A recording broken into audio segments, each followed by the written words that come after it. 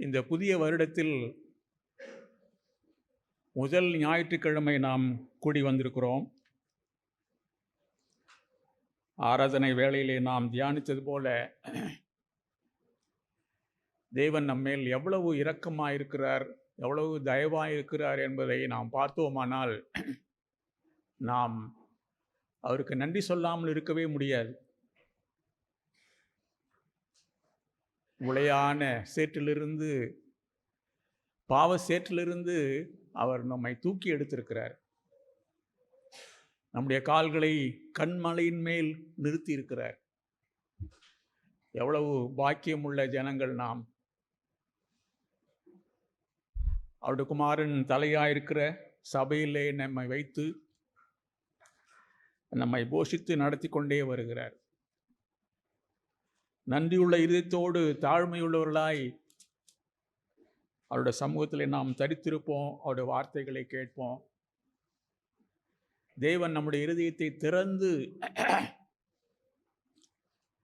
அவருடைய வார்த்தைகளை நாம் விளங்கி கொள்ளவும், நாம் குணப்படவும் நமக்கு உதவி செய்யட்டும். இன்று நாம் தியானிக்க போகிற செய்தியின் தலைப்பு, கர்த்தரை கண்டடையத்தக்க சமயத்தில் அவரை தேடுங்கள். Seek the Lord while he may be found.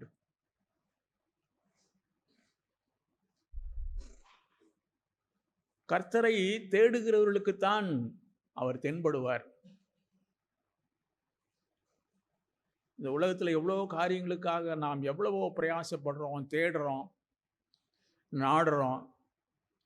எல்லாம் அழிந்து போகக்கூடியவைகள் இந்த உலகத்தில் இருக்கிற விஷயங்கள், காரியங்கள் எல்லாம். ஆனால் அதற்காக எவ்வளவோ பிரயாசப்படுறோம். ஆனால் நித்தியத்துக்குரிய, நம்முடைய ஆத்தும வாழ்வுக்குரிய காரியங்களை தேடுவதிலே நாம் குறைவுபடுகிறோம். இந்த புதிய வருடத்திலே ஒரு தீர்மானம் எடுப்போம். தேவனே, இந்த வருடம் முழுவதும் உம்மை தேடி கண்டுபிடிக்க என்னை ஒப்புக் கொடுக்கிறேன். உம்மை தேடுகிறவர்களுக்குத்தான் நீர் தென்படுவீர். கர்த்தரை கண்டடையத்தக்க சமயத்தில் அவரை தேடுங்கள். ஏசாயா தீர்க்கதரிசியின் புஸ்தகம் 55ஆம் அதிகாரம் 6ஆம் வசனம். அவர் சமீபமாயிருக்கையில் அவரை நோக்கி கூப்பிடுங்கள். அவர் நம்மில் யாருக்கும் தூரமானவரே அல்ல. அவர் சமீபமாய்த்தான் இருக்கிறார். ஆரம்பத்திலே நாம் கேட்டது போல பரிசுத்த ஆவியானவர் மூலமாய் நம்முடைய இருதயத்திலே அவர் வாசம் செய்கிறார், நம்மோடு இருக்கிறார். ஆண்டவரே சொன்னார்கள், நான் போவது உங்களுக்கு நலமாயிருக்கும். நான் போகாதிருந்தேனானால் தேற்றரவாளனை உங்களுக்கு நான் அனுப்ப முடியாது. நான் போவேனானால் அவரை அனுப்புவேன். அவர் எப்பொழுதும் உங்களோடு கூட இருப்பார். அப்போ அவரை தொடர்ச்சியாய் நாம் அண்டிக் கொள்ள வேண்டும், தேட வேண்டும், கண்டுகொள்ள வேண்டும். தேடுங்கள், கண்டடைவீர்கள். தட்டுங்கள், திறக்கப்படும். மத்தேயு எழுதின சுவிசேஷத்தில் அந்த வார்த்தைகளை நாம் பார்க்குறோம். மலைப்பிரசங்கத்தில் ஆண்டவர் சொல்கிற வார்த்தை, தேடுங்கள், தட்டுங்கள். 7ஆம் அதிகாரத்தில் கேளுங்கள், அப்பொழுது உங்களுக்கு கொடுக்கப்படும். அந்த வார்த்தை ஆங்கிலத்தில் எப்படி வருதுன்னு சொன்னால், கீப் ஆன் ஆஸ்கிங், கேட்டுக்கொண்டே இருங்கள். அதுதான் வாலிப சகோதர சகோதரிகள் பகிர்ந்து கொண்டாங்க அன்னைக்கு போன வாரம். Keep on asking, keep on knocking, தட்டிக்கொண்டே இருங்கள். நான் தட்டிட்டேன் அப்படின்னு சொல்லி விட்டுறக்கூடாது. கீப் ஆன் சீக்கிங், தேடிக்கொண்டே இருங்கள். இந்த தேடுதல், இந்த தட்டுதல், இந்த கேட்பது நம்முடைய வாழ்க்கையில் தொடர்ந்து கொண்டே இருக்க வேண்டும். நாம் உயிரோடு இருக்கும் வரைக்கும் அதை செய்ய வேண்டும். இந்த வருடம் முழுவதும் மட்டுமல்ல, தொடர்ந்து நாம் எவ்வளவு நாள் இந்த பூமியிலே உயிரோடு இருக்கிறோமோ அவ்வளவு நாளும் நாம் கேட்டுக்கொண்டே இருக்க வேண்டும், தேடிக்கொண்டே இருக்க வேண்டும், தட்டிக்கொண்டே இருக்க வேண்டும். அப்பொழுதுதான் நாம் அவரை கண்டு கொள்ள முடியும். ஏன்னா அவர் அவ்வளவு பெரிய தேவன்.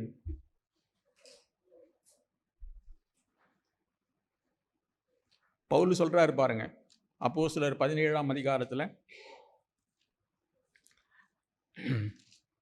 அந்த பகுதியை நீங்க வாசி பாருங்க. அப்போஸ்தலர் 17 பவுல் எவ்வளவு வைராக்கியமாய் அந்த அத்தேனே பட்டணத்தாருக்கு பேசுகிறார் என்பதை நீங்கள் கிரமமாய் வாசி பாருங்கள். மெதுவாய் ஒரு வார்த்தையாய் நீங்க வாசி பார்த்தீங்கன்னா உங்களுக்கு ஒரு உணர்வு வரும். அந்த அப்போஸ்தலன் அந்த பட்டணத்திலே போகும்பொழுது விக்கிரகங்கள் நிறைந்திருக்கிறது. நாம் வாழ்கின்ற இந்த நாட்டில் இருக்கிறது போல் அங்கே இருந்தது. 16ஆம் வசனம், அப்போஸ்தலர் 17ஆம் அதிகாரம். அத்தேனே பட்டணத்தில் பவுல் அவர்களுக்காக காத்து கொண்டிருக்கையில், பவுல் தன்னுடைய உடன் ஊழியக்காரருக்காக காத்து கொண்டிருக்கிறார், தீமோத்திக்காகவும் சீலாவுக்காகவும். அப்போ அந்த பட்டணம் விக்கிரகங்களால் நிறைந்திருக்கிறதை கண்டு தன் ஆவியில் மிகுந்த வைராக்கியம் அடைந்து ஜெப ஆலயத்தில் யூதரோடும் பக்தி உள்ளவர்களோடும் சந்தை வெளியில் எதிர்பட்டவர்களோடும் தினந்தோறும் சம்பாஷணை பண்ணினான். வாசிக்கும் போது எனக்கு ரொம்ப ஆச்சரியமா இருக்கு. எவ்வளவு வைராக்கியமா இருந்தான் அந்த அப்போஸ்தலன். ஜனங்கள் ஒன்றுமில்லாததை தெய்வம் தெய்வம் என்று வணங்கி கொண்டிருக்கிறார்கள். கீழே அவர் சொல்றாரு பாருங்க, நான் உங்களுக்கு காண்பிக்கிறேன். அதையெல்லாம் பார்த்து வைராக்கியம் அடைந்து அந்த ஜனங்களோடு அவர் பேசுகிறார். அப்போ அவர் என்ன பேசுறார் பாருங்க, 22ஆம் வசனத்திலிருந்து, பவுல் மார்ஸ் மேடை நடுவிலே நின்று, அத்தேனரே, எந்த விஷயத்திலும் நீங்கள் மிகுந்த தேவ பக்தி உள்ளவர் என்று காண்கிறேன். இன்றைக்கும் ஜனங்கள் பக்தி உள்ளவர்களைப் போலத்தான் நடந்து கொள்கிறார்கள். எங்கோ அவருடைய இருதயத்திலே தேவனை குறித்த ஒரு பக்தி இருக்கத்தான் செய்கிறது. அதனால தான் அவங்க காலையில் எழுந்து குளிச்சு முழுகி தேவன் கோயிலுக்கு போகிறாங்க, தேவனை தேடுறாங்க, என்னென்னவோ சடங்காச்சாரங்கள் எல்லாம் செய்கிறாங்க.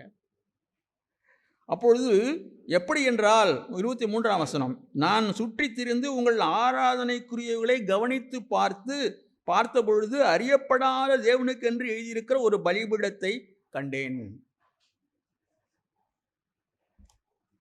அவங்க அறியாத தேவனை வணங்கி கொண்டிருந்தாங்க.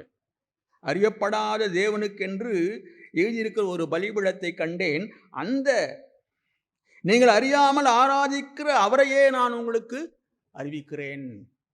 சர்வ வல்லமையுள்ள கர்த்தர் வானத்தையும் பூமியையும் உண்டாக்கினவர். எல்லா மனிதர்களையும் மிருக ஜீவன்களையும் கடலையும் பூமியை உண்டாக்கின கர்த்தர் யார் என்பதை நான் உங்களுக்கு அறிவிக்கிறேன். ஜீவனுள்ள தேவனை உங்களுக்கு நான் அறிவிக்கிறேன். உலகத்தையும் அதில் உள்ள யாவற்றையும் உண்டாக்கின தேவனானவர். எல்லாத்தையும் அவர் தான் உண்டாக்கினார். வானத்திற்கும் பூமிக்கும் ஆண்டவராயிருக்கிறபடியினால் கைகளினால் கட்டப்பட்ட கோவில்களில் அவர் வாசம் பண்ணுகிறதில்லை. ஒரு கோவிலை கட்டி அல்லது ஒரு சபையை கட்டி தேவன் இங்கே இருக்கிறார் என்று சொல்லவே முடியாது. தேவன் மனிதர்கள் மத்தியிலே தான் வாசம் பண்ணுகிறார். நம்முடைய இருதயத்திலே வாசம் பண்ணுகிறார்.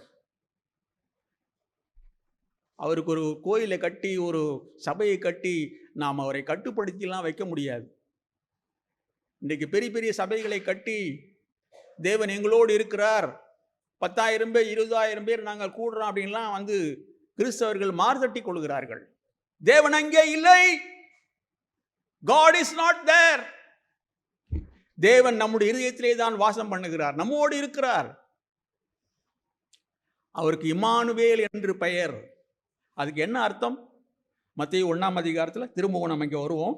மத்தேயு 1ஆம் அதிகாரம்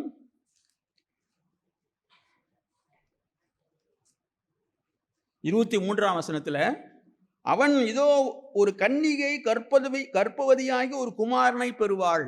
மரியாள் கர்ப்பவதியாகி ஒரு குமாரனை பெறுவாள். அவருக்கு இம்மானுவேல் என்று பெயரிடுவார்கள் என்று சொன்னான். இம்மானுவேல் என்பதற்கு தேவன் நம்மோடு இருக்கிறார் என்று அர்த்தமாம். தேவன் நம்மோடு இருக்கிறாருங்க, மனிதர்களோடு இருக்கிறார். மனிதர்களோடு வாசம் செய்ய அவர் விரும்புகிறார், சந்தோஷப்படுகிறார். அவரை தேடி நாம் கண்டுகொள்ள வேண்டும். அப்போஸ்தலர் 17ஆம் அதிகாரம், எல்லாருக்கும் ஜீவனையும் சுவாசத்தையும் சகலத்தையும் கொடுக்கிற அவர், நம் எல்லாருக்கும் ஜீவனையும் சுவாசத்தையும், நாசிலே சுவாசத்தையும், நாம் இந்த பூமியிலே வாழ்வதற்கு சகலத்தையும் கொடுக்கிற தேவன், அவருக்கு யாதொன்று தேவையானது போல மனிதர் கைகளால் பணிவிடை கொள்ளுகிறதும் இல்லை. அவருக்கு ஏதாவது நாம் ஊழியம் செய்ய வேண்டும் என்றெல்லாம் அவர் விரும்புவதில்லை. He is self-satisfied. நாம் அவருக்கு ஒரு ஊழியம் செய்தோ அல்ல ஆராதனை செய்தோ சில சடங்காச்சாரியங்களை செய்தோ அவரை நாம் திருப்திப்படுத்த முடியாது, சந்தோஷப்படுத்த முடியாது. மனுஷ ஜாதியான சகல ஜனங்களையும் அவர் ஒரே இரத்தத்தினாலே தோன்ற பண்ணி, எல்லா மனிதர்களையும் ஒரே இரத்தத்தினால் தான் அவர் தோன்ற பண்ணி இருக்கிறார். அவர்கள் எந்த நாட்டிலே எந்த இடத்திலே வாழ்ந்தாலும் எல்லாரும் மனிதர்கள் தான். எல்லாரையும் ஒரே இரத்தத்தினாலே அவர் தோன்ற பண்ணி பூமியின் மீதெங்கும் குடியிருக்க செய்து, நானெல்லாம் அமெரிக்கா போவேன்னு சொல்லி நினைச்சு பார்த்ததே கிடையாது. எங்கோ ஒரு கிராமத்தின் மூலையிலே வாழ்ந்தவன் நான், கஷ்டப்பட்டு ஜீவனம் பண்ணவன், ஒரு கம்பெனியில் வேலை செஞ்சவன். என்னுடைய பிள்ளைகளை ஏதோ 20 ரூபா ஒரு மாதம் ஃபீஸ் கட்டி படிக்க வச்சேன் இமாக்குலேட் ஸ்கூலில். என்னுடைய 2 பிள்ளைகளையும் குளூனி கூட அனுப்பலை. குளூனிக்கோ மாருதிக்கோ எங்கேயுமே நான் அனுப்பவே இல்லை. அந்தளவுக்கு எனக்கு வசதி இல்லை. 20 ரூபா ஒரு மாதம் ஃபீஸ். அங்கே தான் படித்தாங்க என்னுடைய 2 பிள்ளைகளும். அவங்களாம் வெளிநாட்டுக்கு போவாங்க நான் நினச்சி பார்க்கவே இல்லை. நான் போவேன்னு நினைக்கவே இல்லை. தேவனுடைய தீர்மானம். தேவன் நம்மை குறித்து ஒரு தீர்மானம் வைத்திருக்கிறார். முன் தீர்மானிக்கப்பட்ட காலங்களையும் அவர் குடியிருப்பின் எல்லைகளையும் அவர் குறித்திருக்கிறார். பூமியின் மீதெங்கும் நம்மை குடியிருக்க செய்து, அது எந்த நாடாயிருந்தாலும் சரி, எந்த தேசமாயிருந்தாலும் சரி. எதற்காக அப்படி செய்கிறார் தெரியுமா? அடுத்த வசனம் பாருங்க. கர்த்தராகிய தம்மை அவர்கள் தடவியாகிலும் கண்டுபிடிக்கத்தக்கதாக தம்மை தேடும்படிக்கு அப்படி செய்தார். அவரை எப்படி கண்டுபிடிக்கிறது? அவரை தேடும்படிக்கு அவர் அப்படி செய்தார். அவர் நம்மில் ஒருவருக்கும் தூரமானவர் அல்லவே. எவ்வளவு பெரிய ஆசீர்வாதமான விஷயங்களை தேவன் நம்ம கொடுத்திருக்கிறார். தொடர்ந்து நான் அவரை தேடினேன்னு சொன்னால் அவரை கண்டுபிடிக்க முடியும். அவர் எனக்கு தூரமானவரே அல்ல, என் பக்கத்தில் தான் இருக்கிறார். இவன் சொல்லுவான்ல, யோபு, அந்த வார்த்தை உங்களுக்கு தெரியுமா? 23ஆம் அதிகாரம், யோபுவின் புஸ்தகம் 23ஆம் அதிகாரத்தில் யோபு ஒரு வார்த்தையை சொல்கிறான் பாருங்க. அவர் என் பக்கத்தில் போகிறாரு, நான் அவரை பார்க்க முடியல. 23ஆம் அதிகாரத்தில் 9ஆம் வசனம், இடதுபுறத்தில் அவர் கிரியை செய்தும் அவரை காணேன், பார்க்க முடியல. அவர் கிரியை செய்து கொண்டுதான் இருக்கிறார் என்னுடைய இடதுபுறத்தில். வலதுபுறத்திலும் நான் அவரை காணாதபடிக்கு ஒளித்து கொண்டிருக்கிறார். வலதுபுறத்திலும் அவர் கிரியை நடப்பிக்கிறார், ஆனால் அவர் தன்னை மறைத்துக் கொள்கிறார்.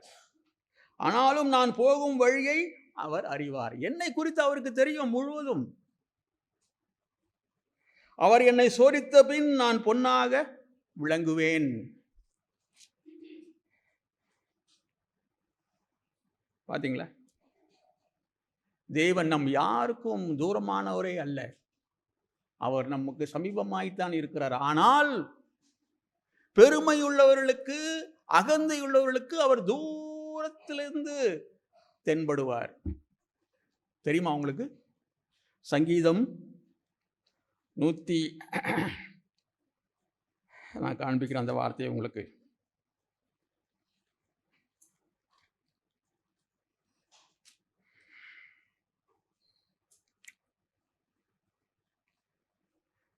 138 6ஆம் வசனம்.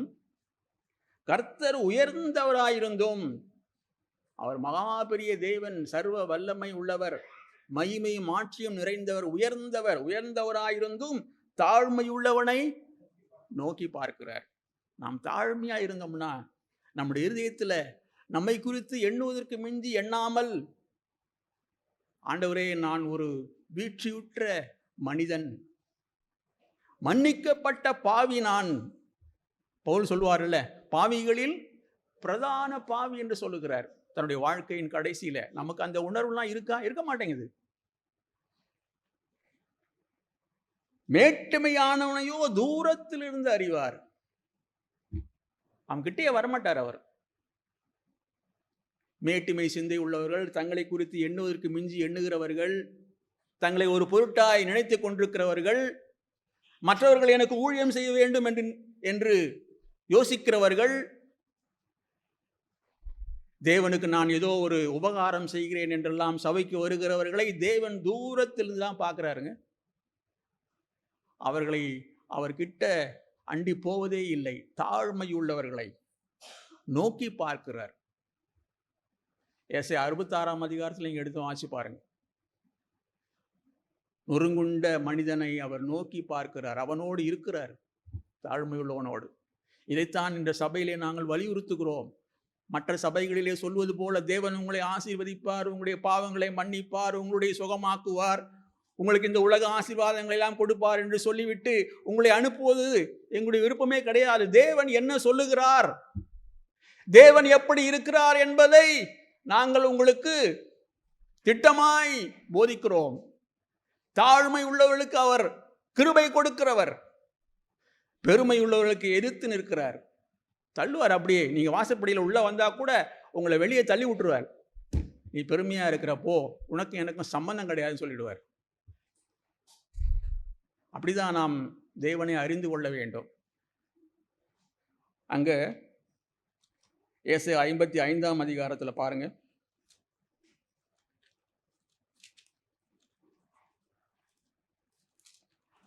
அந்த அதிகாரமே எப்படி ஆரம்பிக்குது பாருங்க. ஓ தாகமா இருக்கிறவர்களே, நீங்கள் எல்லாரும் தண்ணீர்கள் அண்டைக்கு வாருங்கள். பணம் இல்லாதவர்களே, நீங்கள் வந்து வாங்கி சாப்பிடுங்கள். இலவசம் உங்களுக்கு எல்லாமே. தேவன் இலவசமாய் கொடுக்கிறவர்.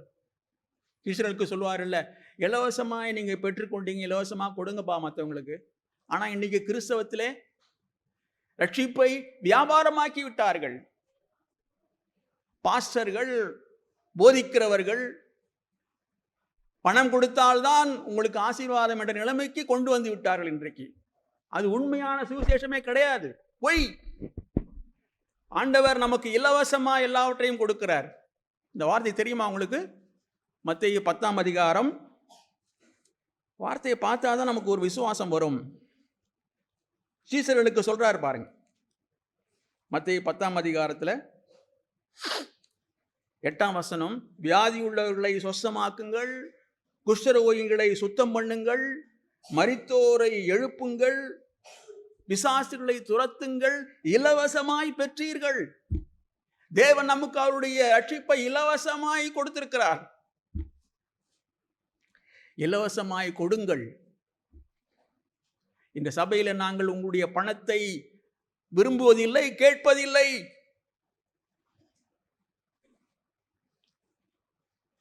உங்களுடையதே அல்ல, உங்களையே நாங்கள் தேடுகிறோம். உங்களுடைய ரட்சிப்பை குறித்து தான் நாங்கள் பாரப்படுகிறோம். அதை குறித்து தான் நாங்கள் உங்களுக்கு போதிக்க விரும்புகிறோம். தேவனை நீங்கள் அண்டிக் கொள்ள வேண்டும். ஏசாயா 55ஆம் அதிகாரத்தில் நீங்கள் அப்பம் 1ஆம் வசனம், நீங்கள் வந்து பணமுமின்றி விலையுமின்றி திராட்சை ரசமும் பாலும் கொள்ளுங்கள். இலவசமாய் நீங்கள் பெற்றுக்கொள்ளுங்கள். தேவன் அழைக்கிறாருங்க. நீங்கள் அப்பம் அல்லாததற்கு பணத்தையும் திருப்தி செய்யாத பொருளுக்காக உங்கள் பிரயாசத்தையும் செலவழிப்பானேன். இன்னைக்கு மனிதன் உண்பதற்கும் குடிப்பதற்கும் எவ்வளவு பிரயாசப்படுகிறான்.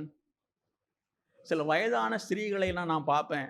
காலங்காத்தெல்லாம் 5 மணிக்கெல்லாம் வந்து ரோட்டில் விற்பாங்க, கீரை விற்பாங்க, காய்கறி விற்பாங்க, இடியாப்பம்னு சொல்லி கத்துவாங்க.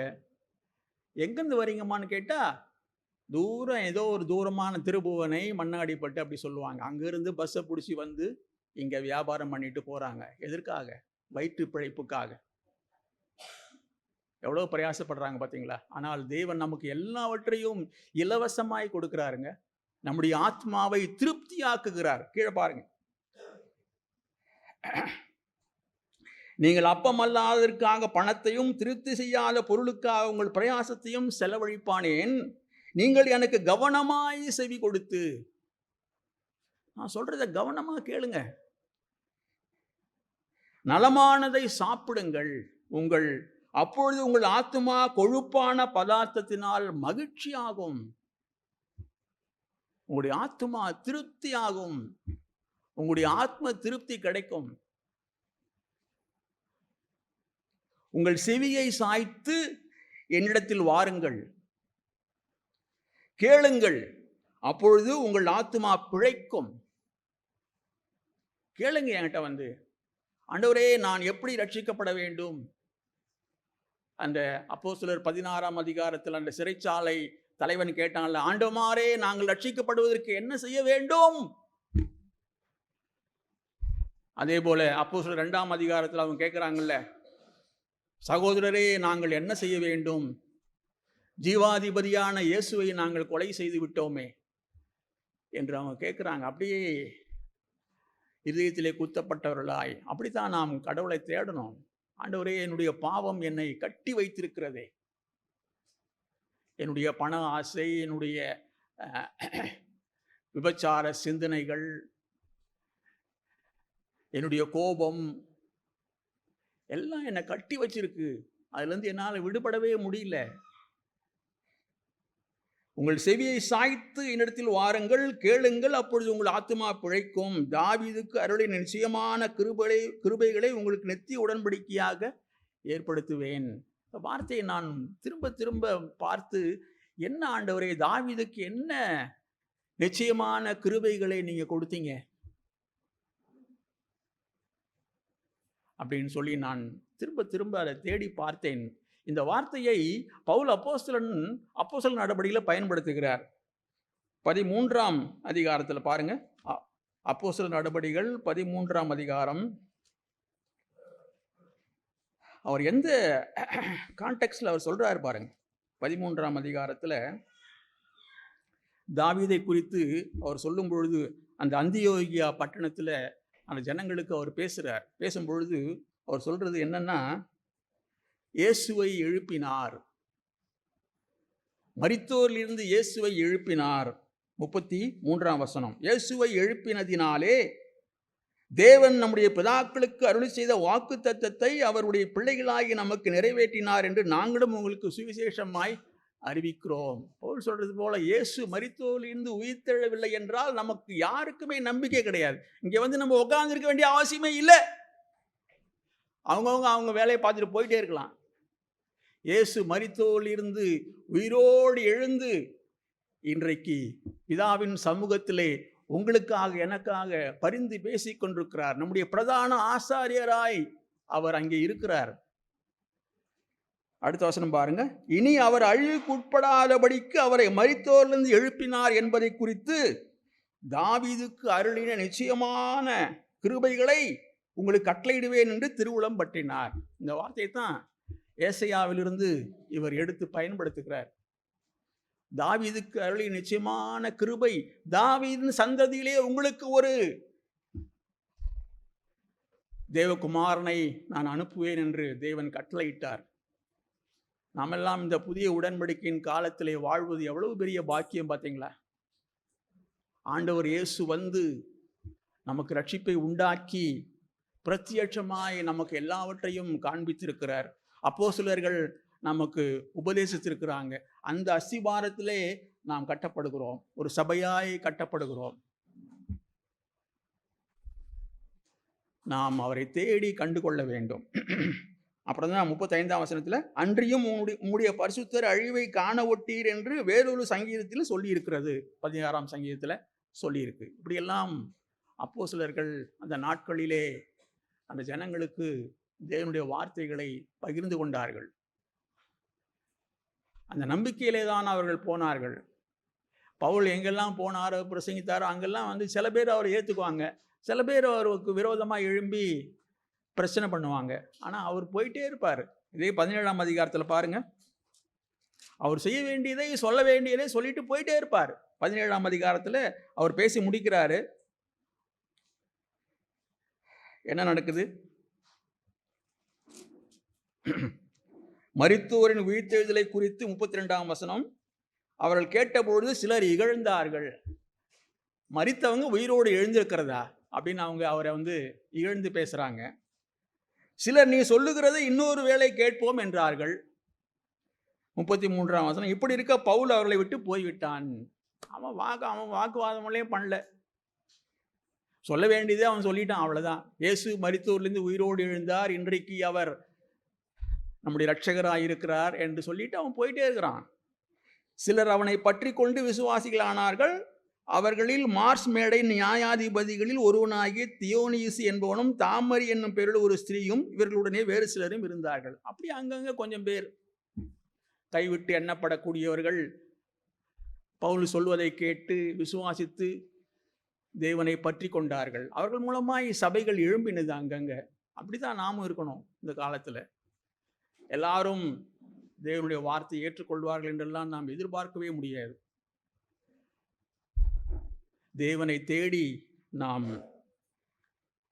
அவரை கண்டுகொள்ள வேண்டும். தக்க சமயத்திலே அவரை தேடிக்கொள்ள வேண்டும்.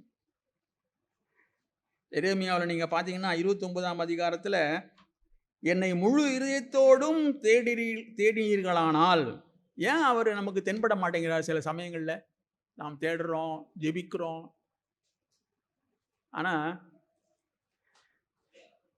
அவரை மட்டுமல்லாது இன்னொன்றையும் நாம் பற்றி கொண்டு இருக்கிறதுனால தான் அவர் நமக்கு தென்பட மாட்டேங்கிறார்.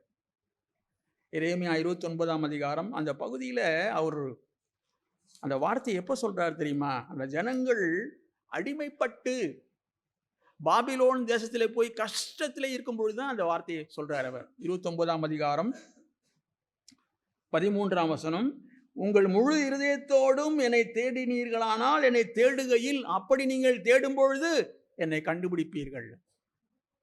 கவலைப்படாதீங்கப்பா. உங்களை நேபுகாத்நேசார் பிடிச்சிட்டு போயிட்டானா பாபிலோன் தேசத்துக்கு. 70 வருஷம் கழிச்சு, 10ஆம் வசனம், பாபிலோனிலே 70 வருஷம் நிறைவேறின பின்பு நான் உங்களை சந்தித்து உங்களை இவ்விடத்துக்கு திரும்பி வர பண்ணும்படிக்கு உங்கள் மேல் என் நல் வார்த்தையை நிறைவேற பண்ணுவேன் என்று கர்த்தர் சொல்லுகிறார். எல்லாம் ஒரு குறிப்பிட்ட காலம்தான். நமக்கு ஏற்படுகிற துன்பங்கள், பாடுகள், பிரச்சனைகள், தேவன் அதற்கு ஒரு முடிவை வைத்திருக்கிறார். அடுத்த வசனம் பாருங்க, 11ஆம் வசனம், அருமையான வசனம்.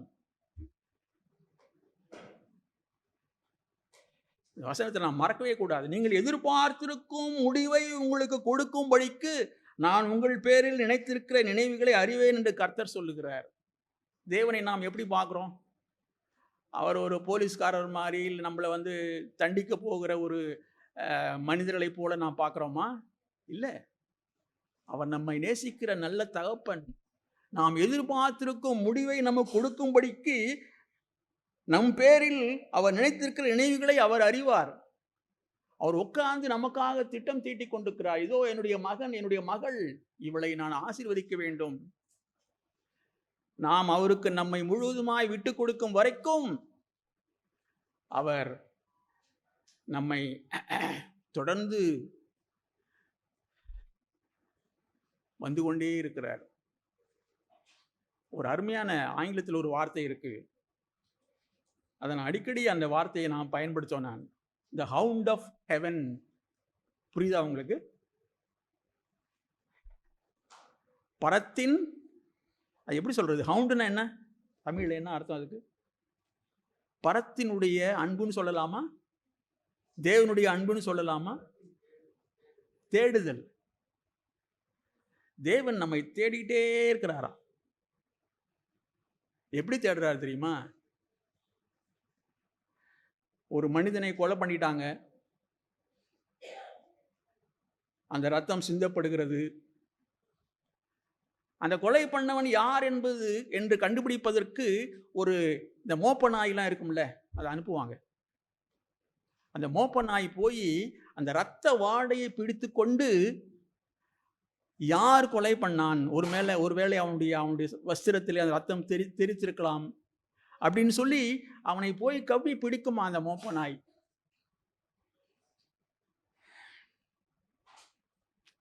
அதே போல தாங்க தெய்வீக அன்பு, இயேசுவின் ரத்தம் தெளிக்கப்பட்ட நம்மை தேடி கண்டுபிடித்து கவ்வி பிடிக்கிறது. The hound of heaven is after us. உங்களுக்கு பின்னாடி எனக்கு பின்னாடியும் தேவன் அப்படித்தான் நம்மை தேடிக்கொண்டே இருக்கிறார். ஆனால் நாம் அவரை தேடுவதில்லை. லெத்தார்ஜிக்கா இருக்கிறோம், கேஷுவலா அவரை தேடுறோம். கொஞ்ச நாள் அவர்கிட்ட ஜெபம் பண்ணுவோம், ஒன்றும் பதில் கிடைக்கலன்னா விட்டுருவோம். ஆனால் தேடிக்கொண்டே இருந்து, தட்டிக்கொண்டே இருந்து, கேட்டுக்கொண்டே இருந்து அவரை முழு இதயத்தோடும் நாம் தேடும் பொழுது அவரை கண்டுகொள்ள முடியும். இது உண்மை. நான் இதை அனுபவித்திருக்கிறேன் என்னுடைய வாழ்க்கையில. அதனாலதான் உங்களுக்கு தைரியமாய் நான் பேசுகிறேன். தேவனை தேடுவோம். அதில் என்ன சுணக்கம் இருக்க முடியும்? இலவசமாய் எல்லாவற்றையும் அவர் கொடுக்கிறார். ஆனா பணம் கொடுத்து வாங்கக்கூடிய விஷயங்களை தேடி தேடி போறோம் இந்த உலகத்துல. நாம் இலவசம் சொன்னா நமக்கு அதில் விருப்பம் இல்லை. அதுவும் என்ன, நித்தியத்துக்குரிய நம்முடைய ஆத்மாவுக்குரிய விஷயங்களை தேவன் நமக்கு இலவசமாய் கொடுக்கிறார், நித்தியத்திலே அவரோடு நம்ம சேர்த்து கொள்வதற்காக. ஆனா நம்ம சோம்பேறியாய் இருக்கிறோம். நீதிமொழியில் ஒரு வார்த்தை இருக்கு சோம்பேறியை குறித்து. இல்லை நாங்கள்லாம் சோம்பேறி இல்லைன்னா சொல்லாதீங்க. நீதிமொழிகள்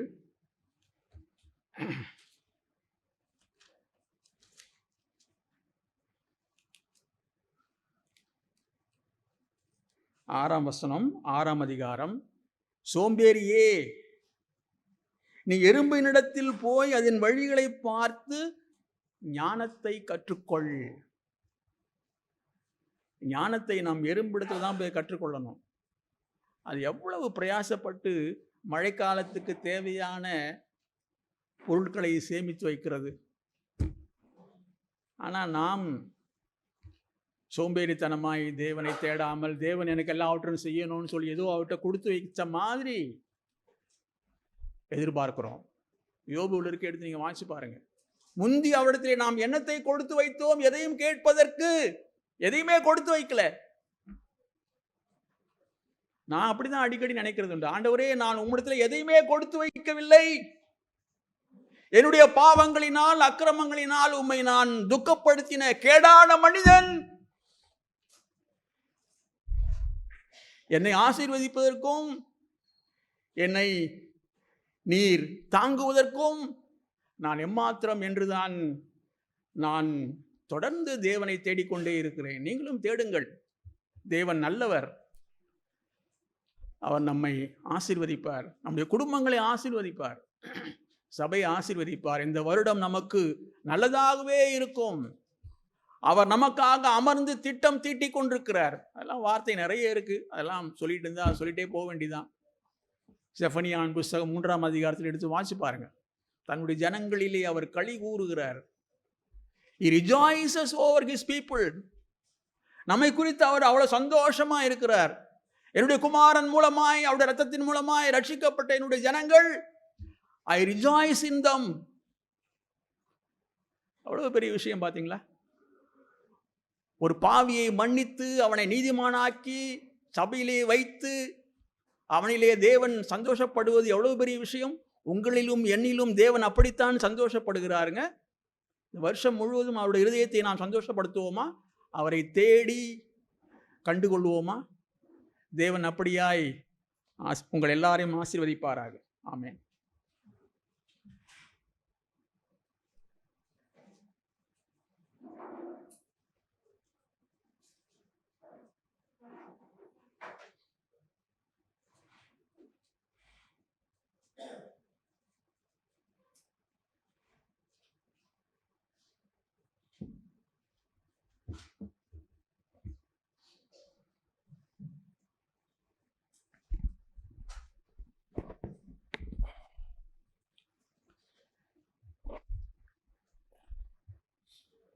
கேட்ட ஜீவனுள்ள வார்த்தைகளுக்காக நான் நன்றி செலுத்துகிறேன். தேவன் மெய்யாலுமே நம்மளை நேசிக்கிறார்.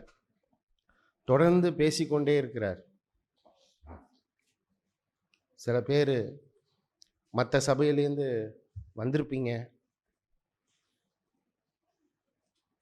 அந்த சபைக்கும் இந்த சபைக்கும் நான் கம்பேர் பண்ணுறதுக்காக சொல்லலை.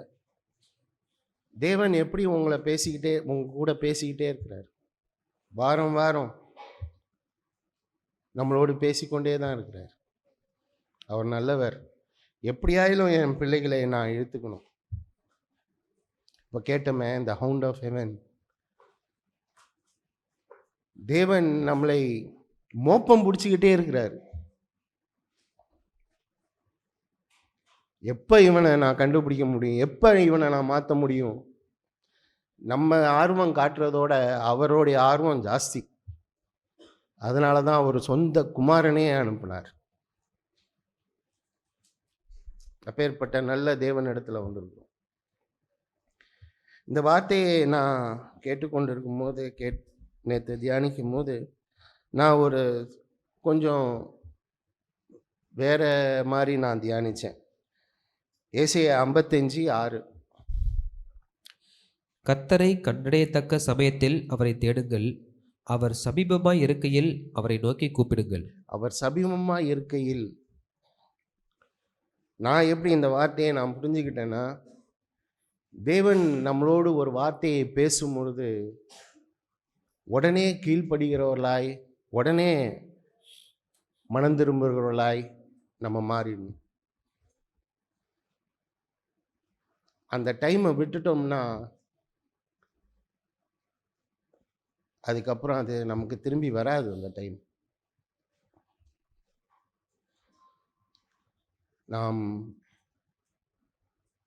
நான் சில சூழ்நிலைகள் பைபிளில் இருக்கிற இந்த டைமை மிஸ் பண்ணவங்க, டைமை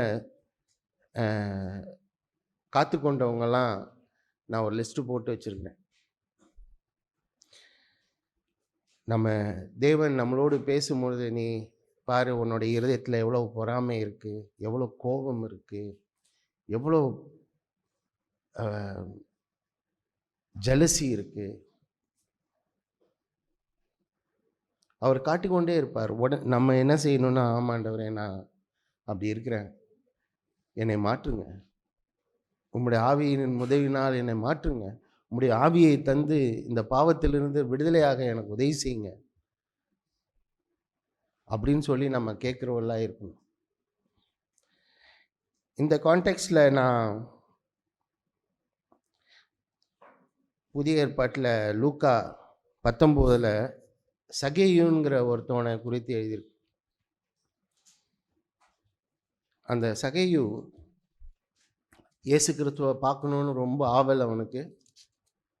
அவன் போய் அவன் கட்டையாக இருந்தது நிமித்தம், குள்ளமாக இருந்தது நிமித்தம் அவன் நேராக அவரை பார்க்க முடியல.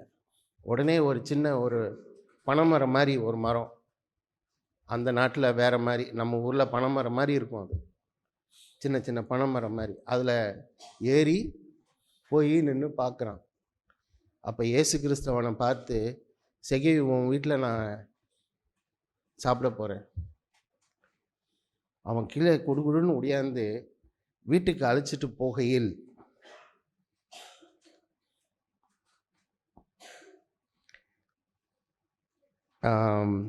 லூக்கா 19:8-9. சகேயு நின்று கர்த்தரை நோக்கி, ஆண்டவரே, என் ஆஸ்திகளில் பாதியை ஏழைகளுக்கு கொடுக்கிறேன்.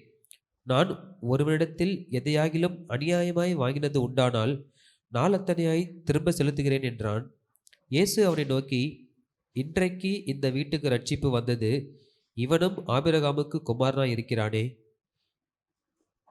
இழந்து போனதை தேடவும் ரட்சிக்கவுமே மனுஷகுமாரன் வந்திருக்கிறார் என்றார். தமிழில் அது சகேயு இங்கிலீஷில் என்ன எழுதிருக்குன்னா, பட் சகேயு ஸ்டாப். அந்த நின்றான்னு எழுதியிருக்கா? நின்று. சகேயு நின்று. நின்றா? ஆமாம், சகேயு நின்று.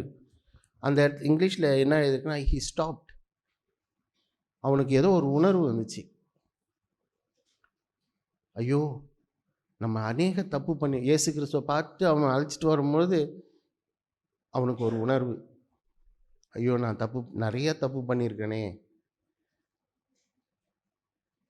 அப்படின்னு சொல்லி அவன் உணர்ந்த உடனே இயேசுகிட்ட போய் அவன் என்ன சொல்கிறான்னா, நான் செஞ்ச தப்பை நான் ரெஸ்டிடியூஷன் பண்ணுறேன், நான் சரி பண்ணுறேன், ஏழைக்கு நான் பாதியை கொடுத்துட்றேன், என்னோடய சொத்தில் பாதியை கொடுத்துட்றேன், யார்கிட்டையெல்லாம் நான் அநியாயமாக பிடுங்கினேனோ அவங்களுக்கு நாளத்தனையாக கொடுத்துட்றேன். இயேசு கிறிஸ்து என்ன சொன்னார்? இன்றைக்கு இந்த வீட்டுக்கு இரட்சிப்பு வந்தது. இதே சகேயு, கொஞ்சம் வெயிட் பண்ணுவோம், நான் அப்புறம் செய்கிறேன், அந்த உணர்வை வச்சுக்கிட்டு அவன் இயேசு கிறிஸ்துவை சாப்பாடெல்லாம் போட்டு அமுச்சு விட்டான்னு வச்சுங்க, அவனுக்கு இந்த ரட்சிப்பின் வார்த்தை வந்திருக்குமா? அவன் ரட்சிக்கப்பட்டிருப்பானா? தக்க சமயத்தில் அதுதான் நான் உங்கள்கிட்ட சொல்ல விரும்புகிறேன். நமக்கு நம்மளுடைய வாழ்க்கையில் தேவன் உணர்த்தி கொண்டே தான் இருக்கிறார். நம்ம மாத்திரம் கவனமாக இருந்தோம்னா நம்ம என்ன செய்கிறோங்கிறத உடனே அவர்கிட்ட மனம் திரும்பி, ஆமாண்டவரே நான் அப்படி தான் இருக்கேன், பெருமையாக இருக்கிறேன், சுயநலமாக இருக்கிறேன், உதவி செய்யுங்க ஆண்டவரே, உம்முடைய ஆவியினால் எல்லாம் கூடும், உம்முடைய ஆவியை நான் பெற்றேன்னா நான் ஜெயம் பெறுவேன் அப்படின்னு சொல்லி நம்ம உடனே மனம் திரும்புகிறவர்களாக இருக்கணும். இன்னொரு சூழ்நிலை, இயேசு கிறிஸ்து எப்படி இருந்தார்? யோவான் 4, இந்த சம்பவம் உங்களுக்கு பரிச்சயமானது தான். அநேக முறை நாங்கள் பேசின வார்த்தைகள் தான் அதெல்லாம். சமாரிய ஸ்திரீகிட்ட பேசுகிற வார்த்தை. அதனால் யோவான் 4:32 இருக்கு. அதில் இயேசு கிறிஸ்து அவள்கிட்ட பேசினால், அவள் பேசி எல்லாத்தையும் முடித்த பிறகு அவள் ஓடி போய் ஊரில் போய் சொல்ல போயிட்டா. அப்போ சீஷர்கள் உள்ளே வராங்க. உள்ளே வந்த உடனே அவங்க சாப்பாடு வாங்கிட்டு வராங்க. ஏன்னா 50 கிலோமீட்டர் நடந்து வந்திருக்கிறாங்க, சாப்பாடு கொடுக்கறதுக்காக வந்தாங்க. ஆனால் அவருடைய நோக்கத்தை பாருங்க. 31 யோவான் 4:31, 32. இப்படி நடக்கையில் சீஷர்கள் அவரை நோக்கி, ரபி, போஜனம் பண்ணும் என்று வேண்டிக் கொண்டார்கள். அதற்கு அவர், நான் புசிப்பதற்கு நீங்கள் அறியாத ஒரு போஜனம் எனக்கு உண்டு என்றார். இயேசு கிறிஸ்து வேணா இப்போ ஒரு 10 நிமிஷம் அல்லது அரை மணி நேரம், 1/4 மணி நேரம், அரை மணி நேரம் சாப்பிட்டுட்டு போகிறதுல ஏதாவது தப்பு இருக்கா? அப்படி சாப்பிட்டு போனால் என்ன ஆகிட போகுது? எதோ ஆயிருக்குமா? ஒன்றும் கிடையாது. ஆனால் அவருடைய ஆட்டிடியூடை பாருங்கள், அவருடைய மனநிலைமையை பாருங்கள். என்னுடைய பிதாவுடைய சித்தத்தை நான் செய்யணும், அதுதான் எனக்கு நோக்கம். அவர் சொல்லிட்டாருன்னா நான் கிளம்பிடுவேன். அது சாப்பாடு நான் சாப்பிடணுமோ ரெஸ்ட் எடுக்கணுமோ அதெல்லாம் கிடையாது. அவர் சொல்லிட்டாருன்னா நான் செஞ்சிருவேன். அவர் அந்த மாதிரி செஞ்சது நிமித்தம் அந்த ஊரில் ஒரு பெரிய எழுப்புதலே வந்துச்சு. நான் அதுக்காக நீங்கள் சாப்பிடாம போனோம் அந்த நோக்கத்தில் நான் சொல்ல, அவருடைய மனநிலைமையை நான் சொல்கிறேன். அவருக்கு எவ்வளோ ஒரு அவசரம், இந்த உலகத்தில் வாழும்போது என்னுடைய ஓட்டத்தை முடித்தேன், இட் இஸ் ஃபினிஷ்ட் அப்படின்னு சொல்கிற வரைக்கும் அவருடைய இருதயம்லாம் எப்படி நான் பிதாவை மகிமைப்படுத்த முடியும், எப்படி அவரை பிரியப்படுத்த முடியும் அப்படின்னு தான் இருந்தார். ஆனால் நம்ம தான் சபையில் இருக்கிறோம், வார்த்தையை கேட்குறோம், அநேக வார்த்தையை தேவன் கொடுக்கிறார். ஆனால் நம்ம தான் அவ்வளோ சீரியஸ்னஸ் காட்டுறதே கிடையாது. இப்போ வந்தோம், வார்த்தையை கேட்டோம், 2 சொட்டு கண்ணீர் விட்டோம், வீட்டுக்கு திருப்தியாக போனோம், நம்முடைய வேலையை நம்முடைய ஜோலியை நம்ம பண்ண போயிடுறோம். யாரும் தேவனை தேடுகிறது கிடையாது. நான் உணர்வடைஞ்சு தான் பேசுகிறேங்க. நம்முடைய வாழ்க்கை, நம்முடைய லக்கு சில சில இதில் எல்லாம் பார்ப்பேன். பெரிய பணக்காரர்கள், இந்தியாவில் இருக்கிற பெரிய பெரிய பணக்காரர்கள், அவங்க எப்படி சில சமயத்தில் போடுவாங்க, இந்த பணக்காரர் வந்து நைட்டு 2 மணி வரைக்கும் அவர் வந்து என்னென்ன செய்யணும்னு அவர் யோசிச்சு கொண்டே இருப்பாராம். என்ன செய்யணும் 2 மணி? அவனுடைய நோக்கம் கரெக்டாக இருக்குது. நான் பணம் சம்பாதிக்கணும், நான் அதுக்கு என்னென்ன செய்யணும், எத்தனை பேரை நான் வீட்டுக்கு அனுப்ப முடியும், எத்தனை பேரை நான் புதுசாக ஜாயின் பண்ண வைக்க முடியும், எப்படி நான் செய்யணும். அவனுடைய மனதுக்கு அவன் கஷ்டப்பட்டு அவன் பணத்தை சம்பாதிக்கிறான். ஆனால் ராஜ்யத்தின் பிள்ளைகளோ நாம் அவசரமே தெரியல. ஈசாவை போல ஒரு அற்ப போஜனத்துக்காக அவனுடைய புத்திர சுவீகாரத்தை விட்டுட்டான். அவன் மனம் திரும்பியும் அவனை பெற்றுக்கொள்ள முடியல. நாம் ஜாக்கிரதையா இருப்போம். தேவன் நம்மளை தேடி வந்தார். நம்மளை மோப்பம் பிடிச்சிக்கிட்டே இருக்கிறார். எப்போ இவன் மனம் திரும்புவான்னு. நம்ம ஈசாவை போல நம்ம இருந்துட வேண்டாம். ஆண்டவரே, அடிக்கடி பிரபாகர் சொல்வார், காலையில் எந்திரிச்ச உடனே, ஆண்டவரே நான் என்னென்ன செய்யணும் எனக்கு பேசுங்க, நான் எப்படி இருக்கணும், நான் என்ன செய்யணும்.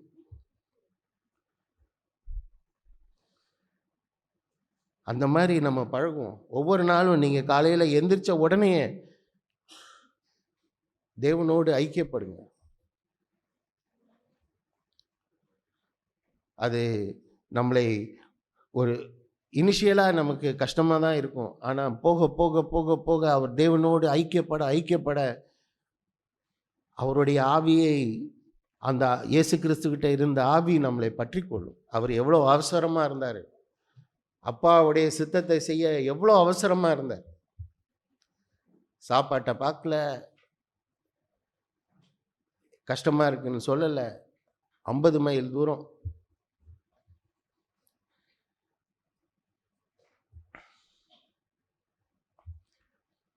அநேக வார்த்தை இருக்கு. கடைசியாக இந்த பிள்ளைகள்லாம், வாலிப பிள்ளைகள்லாம் போனாங்க இதுக்கு, யூத் மீட்டிங்க்கு. அந்த யூத் மீட்டிங்கில் வந்து இங்கே பேசும்போது நான் அந்த யூத் மீட்டிங்கில் சில செய்திகளை நான் கேட்டேன். பரிசுத்த ஆவியானவரை முக்கியப்படுத்தி பேசினாங்க. அதே தான் உங்களுக்கு அதுதான் மனது இருந்து எல்லாரும் அதே தான் சொன்னாங்க, பரிசுத்த ஆவியை பெற்றுக்கணும். அது நல்லது. நம்ம பரிசுத்த ஆவி இல்லாமல் நம்ம இந்த வாழ்க்கையை வாழ முடியாது. இயேசு கிறிஸ்து யோவான் 15:5 சொன்னார், நீங்கள் எடுத்து பாருங்க, apart from me you can do nothing. என்னை இல்லாமல் நீ ஒன்றும் செய்ய முடியாது. ஆவியானவர் நம்மளை நடத்தி இது மாதிரி செய்யுன்னு சொன்னாதான் தேவனால் அங்கீகரிக்கப்படும். அது வரைக்கும் நம்மளுடைய செயல் செத்த கிரியையாக தான் இருக்கும், புரோஜனம் இல்லாததாக தான் இருக்கும். அதை தேடுங்க.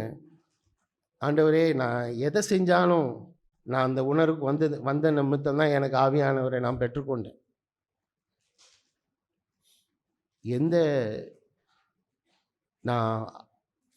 என்னால் ஒன்றும் செய்ய முடியல ஆண்டவரே, என்னால் கோபத்தை நிறுத்த முடியல, என்னுடைய சிந்தையெல்லாம் அலையுது. வாலிபர்களே, நீங்கள், என் சிந்தை அலையுது. உம்மால மாத்திரம்தான் எனக்கு விடுதலை உண்டு. Apart from me you can do nothing. என்னால் அன்றி உன்னால் எதுவுமே செய்ய முடியாது. இந்த உணர்வுக்கு நம்ம வந்துட்டோம்னா தேவன் அபரிதமாய் நம்மளை ஆசீர்வதிப்பார். அவர் நமக்கு தூரமானவரே அல்ல. நம்ம தேடினோம்னா கண்டிப்பாக செய்வார். மனுஷர்கள் சில விஷயத்த செய்கிறேன்னு சொல்லிட்டு செய்யாமல் இருக்கலாம். ஆனால் ஆவியானவர் அப்படி செய்ய மாட்டார். ஆண்டவர் அப்படி செய்ய மாட்டார். அவர் நீ உண்மையாக இருந்தீன்னா அவர் உண்மையாக இருப்பார். அப்பேற்பட்ட தேவனிடத்தில் வந்திருக்கோம். நாம் பயந்து வாழ்வோம். ஆமென்.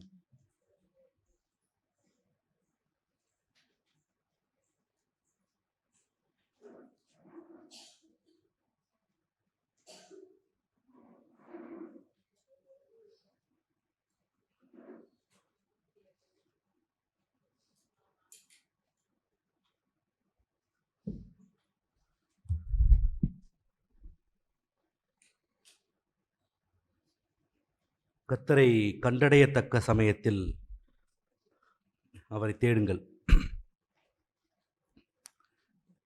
தேடுற விஷயங்கிறது நம்ம எல்லாருக்குமே அது புதுசு கிடையாது.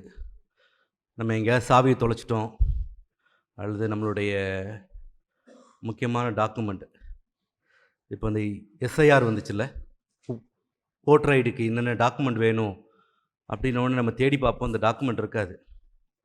ஆனால் நமக்கு நல்லா தெரியும் அந்த டாக்குமெண்ட்டை பத்திரமா வச்சுருப்போம். ஆனால் நம்ம எங்கே வச்சோமோ அதை விட்டுட்டு வீடு ஃபுல்லாக அலசி ஆராய்ஞ்சாலும் அது நமக்கு கிடைக்குமான்னு பார்த்தா கிடைக்காது.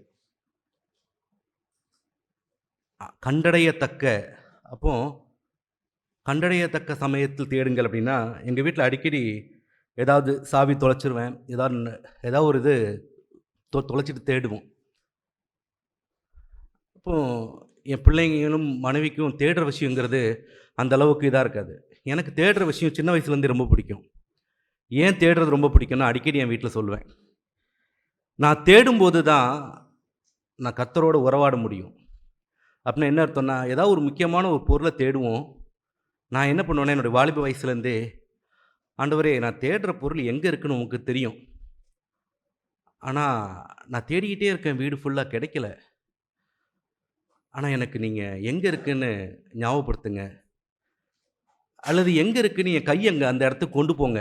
நம்ம இப்போ கேட்டோம்ல, அப்போஸ்தலர்ல, தடவியாகிலும். நான் அநேக நேரம் பார்த்துருக்கிறேன் என்னுடைய வாழ்க்கையில்.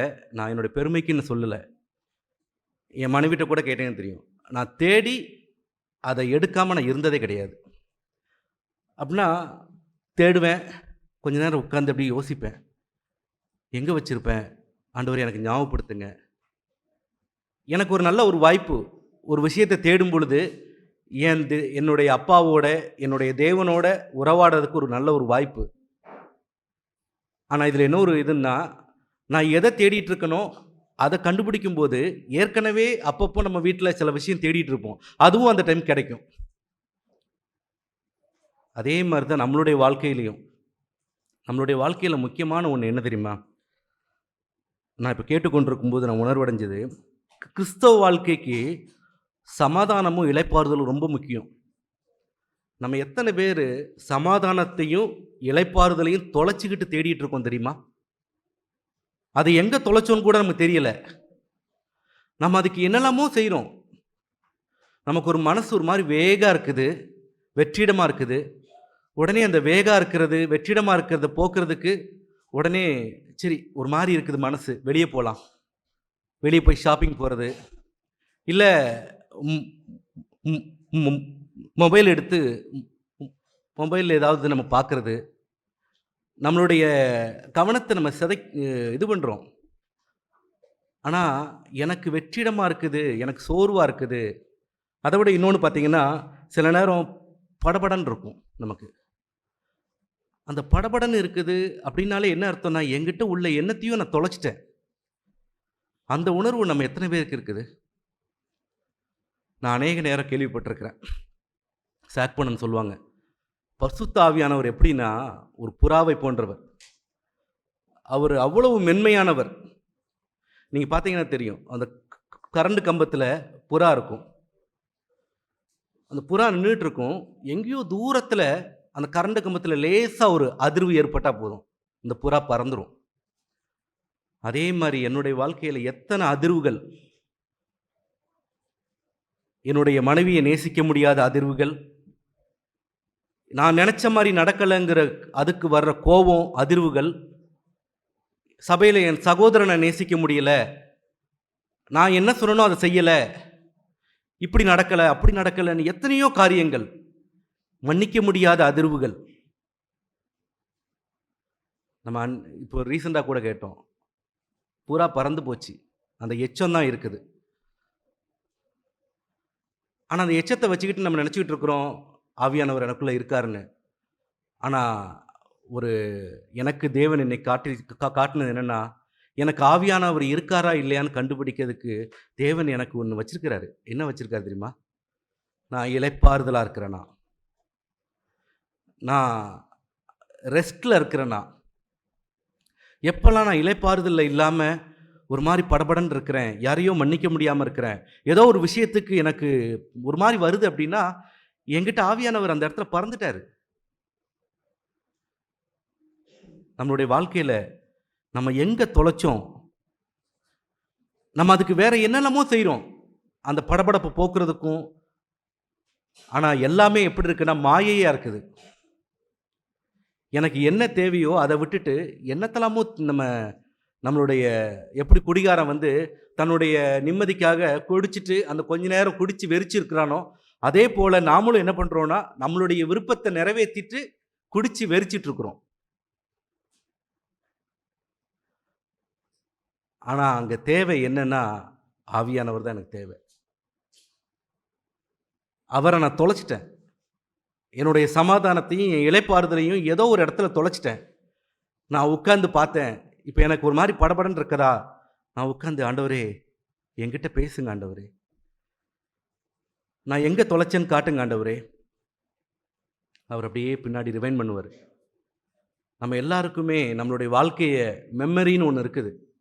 அந்த ஞாபகம் பின்னாடி அப்படியே போனால் ஒரு இடத்துல வரும்பொழுது அந்த இடம் மட்டும் ஒரு மாதிரி நமக்கு, நம்ம நிறைய விஷயங்கள் நம்மளுடைய லைஃப்பில் அந்த இடத்துக்கு போகவே மாட்டோம். ஏன் போக மாட்டோம்னா, அதை பற்றி பேசாதீங்க, வேண்டாம் அப்படின்னு என்ன அர்த்தம்னா, அதை நான் இன்னும் சரி பண்ணாமலே இருக்கிறேன். யாரையோ பற்றி பேச போனால், பிரதர் அதை அவங்கள பற்றி பேசாதீங்க பிரதர், வேறு ஏதாவது பேசுவோம். நம்ம என்னமோ நினச்சிட்டு இருக்கிறோம் நான் ஆவிக்குரியவன் போல. இல்லை, நான் அதை சரி பண்ணவே இல்லை. அதை சரி பண்ணாத வரைக்கும் இன்னைக்கு நான் செத்தேன்னா நான் நித்தியத்துக்கு போக மாட்டேன். இப்போ அந்த இடத்துல ஆண்டவரே அதை நான் சரி பண்ணட்டும். அந்த சகோதரன்கிட்ட பேசணுமா, நேரில் போய் பேசணும்.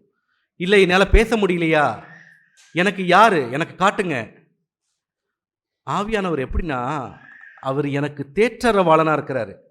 எந்த அளவுக்கு அப்படின்னா, நான் என்னுடைய நிலைமையை புரிஞ்சு என் பிரச்சனை என்னவா இருந்தாலும் அதுக்கு சரி செய்யக்கூடியவராக இருக்கிறாரு. அதனால தான் பார்த்தீங்கன்னா சங்கீதத்தில் அவர் 32ஆம் சங்கீதமாக இருக்கட்டும், 51ஆம் சங்கீதமாக இருக்கட்டும், ஆண்டவரே என்னிடத்திலிருந்து ஆவியை எடுத்துக்கொள்ளாதிரும். அந்த பத்சேபாள்கிட்ட பாவம் செஞ்சுட்டு ஒரு வருஷம் தாவீது சமாதானத்தையும் இளைப்பாறுதலையும் தொலைச்சிட்டான். அதுக்கு என்னெல்லாமோ செஞ்சு பார்க்குறான். உரியாவை கொலை பண்ணி பார்க்குறான், மற்றவங்க முன்னாடி அவளை ராணியாக்கி பார்க்குறாங்க. என்னத்தெல்லாமோ அவன் செஞ்சு பார்த்தாலும் எதுவும் வேலைக்கு ஆகலை. ஏன்னா மக்களுக்கு முன்னாடி, நான் சபை மக்களுக்கு முன்னாடி ஏதோ ஒன்று நான் மாயமாலமாக ஏமாத்திடலாம். ஆனால் எனக்குள்ள ஒரு மனசாட்சின்னு ஒன்று இருக்குது, அதை ஏமாற்றவே முடியாது. நம்ம நிறைய நேரம் நம்ம ஜெபிக்க போகவே முடியல. தேவனிடத்தில் போய் நம்ம ப்ரேயர் பண்ணவே நமக்கு மனசு வர மாட்டேங்கி. ஏன் அப்படின்னா, நான் இப்போ சொன்னேன்ல, இப்போ ஏதாவது ஒரு காரியம்னா அதை பற்றி பேசாதீங்க பிரதர் அப்படிங்கிற மாதிரி நான் தேவன்கிட்ட போக மாட்டேன். இல்லை நான் சரியில்லை. ஆனால் அவர் என்ன பண்ணிகிட்டு இருக்காருன்னு இன்னைக்கு காலையில் கேட்டோம்ல, அந்த துதிகள் வேலையில் நமக்காக தான் கையை நீட்டிக்கிட்டு இருக்கிறாரு. அவர் கையை மட்டும் நம்ம பிடிச்சிட்டா போதும், அவர் உடனே அந்த பேதுரு அந்த கடலில் முங்கும்போது அவர் கையை நீட்டும் போது அந்த கையை பிடிச்ச உடனே தூக்கி. ஆனால் நாம் என்னென்னா, இல்லை ஆண்டவரே நான் எந்திரிச்சிருவேன் ஆண்டவரே, நான் எந்திரிச்சிருவேன் ஆண்டவரே, எல்லாமே என்னுடைய சுய பலத்தில். அதே மாதிரி நான் கேட்டுக்கொண்டிருக்கும் போது இன்னொன்று எனக்கு நான் ரொம்ப உற்சாகம் அடைஞ்ச ஒரு விஷயம் என்னென்னா, யார் கண்டடைய முடியும் அப்படின்னா தாழ்மையுள்ளவர்கள். நம்ம அதை தான் கேட்டோம். தாழ்மையுள்ளவர்கள் தான் கண்டடைய முடியும். நான் வசனங்களை காண்பிக்கிறேன். பிலிப்பியர் 4ஆம் அதிகாரம் 5ஆம் வசனம். பிலிப்பியர் 4ஆம் அதிகாரம் 5ஆம் வசனம். உங்கள் சாந்த குணம் எல்லா மனுஷருக்கும் தெரிந்திருப்பதாக, கர்த்தர் சமீபமாயிருக்கிறார். அவர் யாருக்கு சமீபமாயிருக்கிறார்? யாருக்கு தூரமானவர் அல்ல. யாருன்னா தாழ்மையாயிருக்கிறவர்கள். நம்ம பக்கத்தில் ஏன் தேவன் இல்லை தெரியுமா? அநேக நேரம் அவர் வந்து நான் உனக்கு ஹெல்ப் பண்ணுறேன்னு சொல்லும் போதெல்லாம், நீங்கள் இருங்க ஆண்டவரே, நீங்கள் இருங்க, நான் அதை பண்ணிடுறேன், என்னால் முடியும், எனக்கு எத்தனையோ அனுபவங்கள் இருக்குது, நான் ரட்சிக்கப்பட்டு 20 வருஷம் ஆயிடுச்சு, நான் எத்தனை பிரச்சனைகளை பார்த்துருக்கிறேன், நான் எத்தனை இதை இது பண்ணியிருக்கிறேன். எனக்கு அது ரொம்ப பிடிச்சது யாருன்னா மோசே தாங்க. மோசையை குடிச்சு எடுக்கணும்னு நேரம் இருக்காது, ஆனால் எல்லாருக்குமே தெரிஞ்சது தான். ஏங்க, நம்ம இங்கே இருக்கிற என் குடும்பத்தில் உள்ள 5 பேரை என்னால் குடும்பத்தை நடத்த முடியலைங்க. ஆனால் மோசே அத்தனை லட்சம் மக்களை, எவ்வளோ பேர் அவனுக்கு எதிராக வந்தாலும் மோசே அவ்வளவு வல்லமையாக அவன் வழி நடத்தினா கூட, ஒவ்வொரு பிரச்சனை வரும்பொழுதும் அவனுடைய அனுபவத்தை வச்சு பிரச்சனைக்கு பதில் சொல்லவே இல்லை. ஒவ்வொரு நேரமும் யாரை தேடினான்? மோசே தேவனை. தன்னுடைய முகத்தை புழுதியில் புதைச்சார். நம்ம எத்தனை பேர் நம்மளுடைய குடும்பத்தில் உள்ள பிரச்சனைக்கு, என்னுடைய பிள்ளைங்களுடைய பிரச்சனைக்காக இருக்கட்டும், என் மனைவிக்கு எனக்கும் வர பிரச்சனைக்காக இருக்கட்டும், நான் எத்தனை தடவை தேவன்கிட்ட போய் நான் முகத்தை புழுதியில் புதைக்கிறேன்? இல்லை சபையில் ஒரு பிரச்சனை வருது, என்னுடைய ஏதோ ஒரு அனுபவத்தை வச்சு சொல்லாமல், ஆண்டவரே, புழுதியில் புதைக்கும் பொழுது அவர் எனக்கு அந்த நேரத்தில், அதே மாதிரி ஒரு நேரத்தில் எல்லாருமே கூட்டம் கூடுறாங்க. கூட்டம் கூடி மோசையும் ஆரோனையும் பார்த்து, நீ தேவனுக்கு விரோதமாக இருக்கிற அப்படின்னு சொல்லும் பொழுது, அந்த மோசே தேவனிடத்தில் போய் முகத்தை புழுதியில் புதைச்சி, நான் என்னாண்டவரை செய்கிறது இல்லை, நீ இப்போ போயிட்டு நாளைக்கு எல்லாரும் வாங்க, தேவன் யார் பக்கம் இருக்கான்னு பார்க்கலாம். அதை எடுத்து படித்து பாருங்க. தேவன் மோசே பக்கம் நின்னதை பார்க்க முடிஞ்சுது. ஏன்னா மோசே சாந்த குணம் உள்ளவன் நம்ம கேட்டிருக்கோம். அவனை போல சாந்த குணம் உள்ளவன். சாந்த குணம் அப்படின்னாலே தாழ்மை உள்ளவன். தாழ்மை உள்ளவங்க யார் அப்படின்னா, என்னால் முடியாது, அதுக்கு ஒரே ஒரு யாரை நான் பின்பற்றணும் அப்படின்னா இயேசு கிறிஸ்துவ மாத்திரம்தான். எனக்கு இந்த ஒரு 2-3 நாளாக எனக்கு இதுதான் திரும்ப திரும்ப வந்துட்டு இருக்குது. தேவனுடைய தற்சொரூபமாக இருந்தோம் அவர் இந்த உலகத்தில் வாழும் பொழுது எந்த இடத்துலையுமே அவராக ஒரு முடிவு எடுக்கவே இல்லை. பிதாவை சார்ந்து சார்ந்து செய்தார். கடைசி வரைக்கும் மரண பரியந்தமும் பலத்த சத்தத்தோடும் கண்ணீரோடும் அழுதாரு. அதனால் அவர்கிட்ட அந்த கிருபை தங்கிட்டே இருந்துச்சு. இன்னைக்கு கேட்டது போல நம்ம தேவனை தேடுவோம் கண்டடையத்தக்க சமயத்தில். அப்படின்னா நம்ம அநேக நேரம் தேவனை தேடாத காரணம் என்ன? பெருமையாக இருக்கிறோம். ஏன்னா நம்மளுடைய பலத்தில், நம்மளுடைய அனுபவத்தில் சில காரியத்தை செய்யணும். இல்லை, எப்போ பிரச்சனை வந்தாலும் நம்ம தேவன்கிட்ட போய் நிற்போம். தேவன் அந்தந்த நேரத்துக்கு நமக்கு தேவையான வார்த்தையை கொடுப்பாரு. நம்மளை தேவன் நம்மோடு பேசுவார். தேவன் என்னோட பேசின வார்த்தைக்காக நன்றி செலுத்துகிறேன். ஆமென்.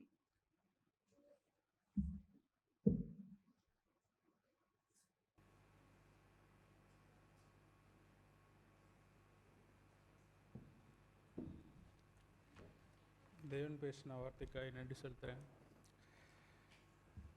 எச்சரிப்பின் வார்த்தையாக தான் நான் இன்னைக்கு கேட்ட வார்த்தை எனக்கு இருக்கிறது. தேவனை கண்டடையத்தக்க சமயம். நான் எதை குறித்து உங்களோட பகிர்ந்து கொள்ளணும்னு நினைக்கிறேன்னா, கண்டடையத்தக்க சமயம் அப்படின்னா என்ன? What is the right time அப்படின்னா, எப்போனாலும் தேடலாமே பிரதர், அவர் மாறாதவராக இருக்கிறார், என்றைக்கும் மாறாதவர், எப்பொழுதும் I don't change, I am a God who don't change, நான் இருக்கிற வண்ணமாகவே இருக்கிறேன் அப்படிலாம் சொல்லியிருக்காரே, எப்போனாலும் தேடிக்கலாமே அப்படின்னா, ஆண்டவர் என்கிட்ட சொன்னது, நீ உயிரோடு இருக்க மாட்ட, நீ உயிரோடு இருக்கிற வரைக்கும் தான் உனக்கு டைம். அதுதான் கண்டடையத்தக்க சமயம். The time is equivalent to how much time you have on earth. அது உனக்கு தெரியுமா அப்படின்னு கேட்டார். தெரியாது, எனக்கு தெரியாது. ஏன்னா யாருக்காக தெரியுமானா யாருக்குமே தெரியாது. ஸோ அதுதான் அங்கே வந்து முக்கியமான கேள்வி. இந்த பகுதியை நான் இந்த வார்த்தை வரும்போது இந்த பகுதி எனக்கு ஞாபகம் வந்தது. லூக்கா 13ஆம் அதிகாரம் 6ஆம் வசனத்துலேருந்து தமிழில் வாசிக்கிறீங்களா யாராவது? இது வந்து ஒரு ஓமானத்தை சொல்கிறார்.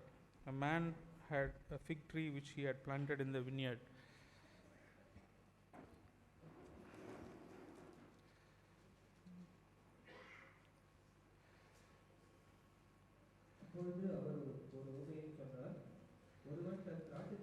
ஒரு அத்தி மரத்தை நட்டிருந்தான்.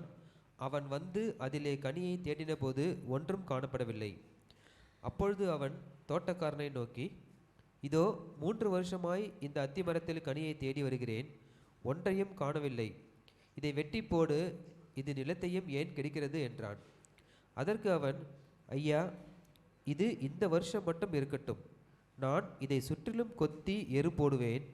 கனி கொடுத்தால் சரி, கொடாவிட்டால் இனிமேல் இதை வெட்டி போடலாம் என்று சொன்னான் என்றார். பரிந்து பேசுகிறார் அந்த தோட்டக்காரன்.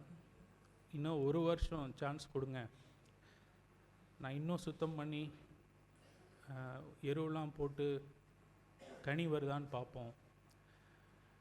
இந்த ஓமானத்தை ஆண்டவர் வந்து எந்த சூழ்நிலையில் சொல்கிறான்னு பாருங்கள்.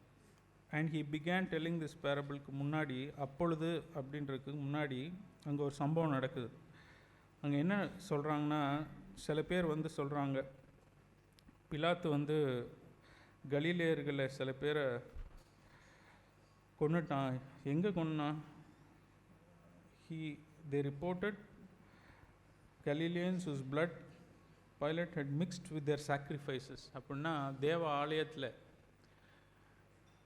அதை வந்து சொல்கிறாங்க. அப்போ ஆண்டவரோட ரெஸ்பான்ஸ் என்ன இருந்துச்சு அப்படின்னு பாருங்கள். 2வது வசனம் வாசிங்களா பிரதர்? இயேசு அவர்களுக்கு பிரதியுத்தரமாக, அந்த கலிலேயருக்கு அப்படிப்பட்டவைகள் சம்பவித்ததினாலே மற்ற எல்லா கலிலேயரை பார்க்கிலும் அவர்கள் பாவிகளா இருந்தார்கள் என்று நினைக்கிறீர்களோ? அப்படி அல்லவென்று உங்களுக்கு சொல்லுகிறேன். நீங்கள் மனம் திரும்பாமல் போனால் எல்லாரும் அப்படியே கெட்டு போவீர்கள். அதுக்கப்புறமும் இன்னொரு சம்பவத்தை சொல்கிறார். சீலோமில் அந்த கோபுரம் இடித்து விழுந்தபோது 18 பேர் இறந்து போனாங்களே, அவங்க எல்லாரும் தேவர் ஈவில்லா அப்படின்னு கேட்குறாரு. தேவர் நாட் கல்பிரிட்ஸ். எதுக்காக இதை சொல்கிறாரு அப்படின்னு சொன்னால், முக்கியமானதை அங்கே பாருங்கள். அவர் என்ன சொல்கிறாரு? If you don't repent you will likewise perish. அப்படின்னா இது அந்த காலத்தில் நடந்ததுன்னே வச்சுக்கோங்க. ஃபஸ்ட்டு வந்து ஒரு மேசக்கர், இல்லை செகண்ட் ஒன்று ஆக்சிடென்ட்னே வச்சுக்கோங்க. இந்த காலத்துலேயும் நீங்கள் எடுத்து பாருங்கள். 7/11 அமெரிக்காவில் ஒரு பில்டிங்கில் பிளெயின் அவுட் அடிச்சிட்டான். எத்தனை பேர் இறந்து போனாங்க? சுனாமி வந்துச்சு, எத்தனை பேர் இறந்து போனாங்க? அப்போ எல்லாமே தீமையானவர்களா, தீமை செய்தவர்களா? இல்லை, it is a calamity. They didn't no their time has come. அதனால தான் வந்து ஆண்டவர் சொல்கிறாரு, அதை தான் இங்கே வலியுறுத்த விரும்புகிறாரு ஆண்டவர். There is a time for you to repent. ஏசாவை குறித்து கேட்டோம். நான் காண்பிக்கிறேன் அந்த வார்த்தையும். அந்த டைமை நான் மிஸ் பண்ணிட்டேன் அப்படின்னு சொன்னால், என்னால் அந்த டைம்னா என்னென்னா, நான் உயிரோடு இருக்கிற வரைக்கும் தான். நான் உயிரோடு இருக்கும்போது நான் மனம் திரும்பலை, என்னால் காண முடியல. இஃப் ஐ டோன்ட் ரிப்பெண்ட் அப்படின்னா தென் ஐ லூஸ். அது எவ்வளோ முக்கியமானது. ஏன்னா ஒவ்வொரு அப்போ எனக்கு டைம் தெரியாது அப்படின்னு சொன்னால் நான் என்ன செய்யணும்? ஒவ்வொரு நாளும் தேடணும். I have to seek him daily, every moment of my life. அதுதான் அதோட அர்த்தம். லூக்கா எப்ரேயர் 12 இருக்கு அந்த வார்த்தை. நான் உங்களுக்கு காட்டுறேன். எப்ரேயர் 12:17 இருக்கு. 16:17 அதை எப்படி ஆண்டவர் சொல்கிறார் பாருங்கள். there is no immoral or godless person like Esau who sold அதை இன்னொரு டிரான்ஸ்லேஷனில் எப்படி இருக்குன்னா, trading away God's life long gift in order to satisfy a short term appetite. அப்புறம் அந்த last sentence, for he found no place for repentance even though he sought for it with tears. Tamil எப்படி இருக்கும்னா, கண்ணீரோட அவன் கண்ணீர் விட்டு கவலையோடே தேடியும் மனம் மாறுதலை காணாமற் போனான். கண்ணீர் விட்டு தேடியும். நான் அந்த நிலைமையில் போயிடக்கூடாது. தேடலை கேட்டோம். அருமையாக சாம் சொன்னார். பட் எனக்கு உணர்வாக இருந்தது வந்து, the time given to me, I do not know. எனக்கே தெரியாது நான் எவ்வளோ நாள் இருப்பேன் அப்படின்னு சொல்லி. எனக்கு அந்த டைம் எப்போ வரும்னு தெரியாது. To leave this earth. இன்னும் ரெண்டு சில வசனங்கள் தாண்டி 25 இந்த வார்த்தையை மட்டும் நான் காண்பிச்சுட்டு உட்கார்றேன். அதே எபிரேயர் 12:25 வாசிங்க பிரதர். பேசுகிறவருக்கு நீங்கள் செவி கொடுக்க மாட்டோம் என்று விலகாதபடி எச்சரிக்கையாக இருங்கள். ஏனெனில் பூமியிலே பேசினவருக்கு செவி கொடுக்க மாட்டோம் என்று விலகினவர்கள் தப்பி போகாமல் இருக்க, பரலோகத்திலிருந்து பேசுகிறவரை நாம் விட்டு விலகினால் எப்படி தப்பி போவோம்? பரலோகத்திலிருந்து பேசுகிறவரை நாம் விட்டு விலகினால் நாம் எப்படி தப்பி போவோம்? அந்த வார்த்தை தான் எனக்கு முடிவாய். நான் அது ஏசாவை பற்றி இதை வாசிச்சுட்டு இருக்குமோ அந்த சாப்டர் கடைசி வரைக்கும் வாசித்தேன். அப்போ ஆண்டவர் என்னை உலுக்கி விட்ட மாதிரி இருந்துச்சு. How will you escape who turn away from him who wants from heaven? வருஷத்தின் முதல் வாரத்திலே நாம் எச்சப்பின் வார்த்தையை கேட்டிருக்கோம். To seek him every day, every moment. தேவன் ஒரு உணர்வுள்ள இருதயத்தை நாம் ஒவ்வொருவருக்கும் கொடுப்பார் என்று நான் நம்பிக்கையாக இருக்கிறேன். நானும் இந்த வருடம் முழுவதும் அவரை எனக்கு கொடுத்துருக்கிற டைமில் நான் தேடி அவரை கண்டுபிடிப்பேன் அப்படின்னு நான் நம்பிக்கை அறிக்கிடுக்கிறேன். ஆமாம்.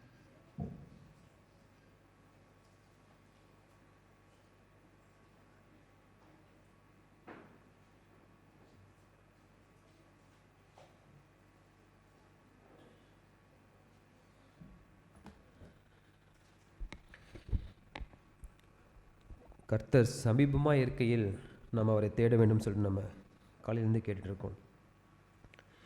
மார்க் எழுதின சுவிசேஷம் 10ஆம் அதிகாரம், மார்க்கு 10:46 வாசிக்கிறேன். பின்பு அவர்கள் எரிகோவுக்கு வந்தார்கள். அவரும் அவருடைய சீஷர்களும் திரளான ஜனங்களும் எரிகோவை விட்டு புறப்படுகிற போது, திமேயுவின் மகனாகிய பர்த்திமேயு என்கிற ஒரு குருடன் வழி அருகே உட்கார்ந்து பிச்சை கேட்டுக்கொண்டிருந்தான். அதுக்கப்புறம் நடந்ததெல்லாம் எனக்கு தெரியும். அவன் தாவீதின் குமாரனை எனக்கு இறங்கும் அப்படின்னு கேட்குறான்.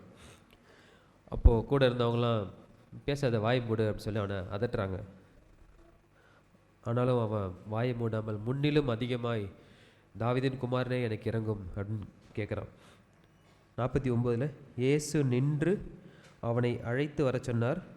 அவர்கள் அந்த குருடனை அழைத்து, திடன்கொள், எழுந்திரு, உன்னை அழைக்கிறார் என்றார்கள். இப்போது இயேசு கிறிஸ்து சமீபமாக இருக்கிறார், ஃபிசிக்கலாக அந்த குருடனுக்கு சமீபமாக இருக்கிறார்னு அவன் கேள்விப்படுறான். இயேசு கிறிஸ்து நடந்து போனார்னா அவரை சுற்றிலும் 4-5 பேர் இருப்பாங்களா, ஒரு திரள் கூட்டம் இருக்கும். இவனும் குருடன். ஒன்று அவர் நடந்து போகிறத பக்கத்தில் இருக்கிறவங்க ஏதோ ஆரவாரம் பண்ணால் தான் அவனுக்கு கேட்கும்.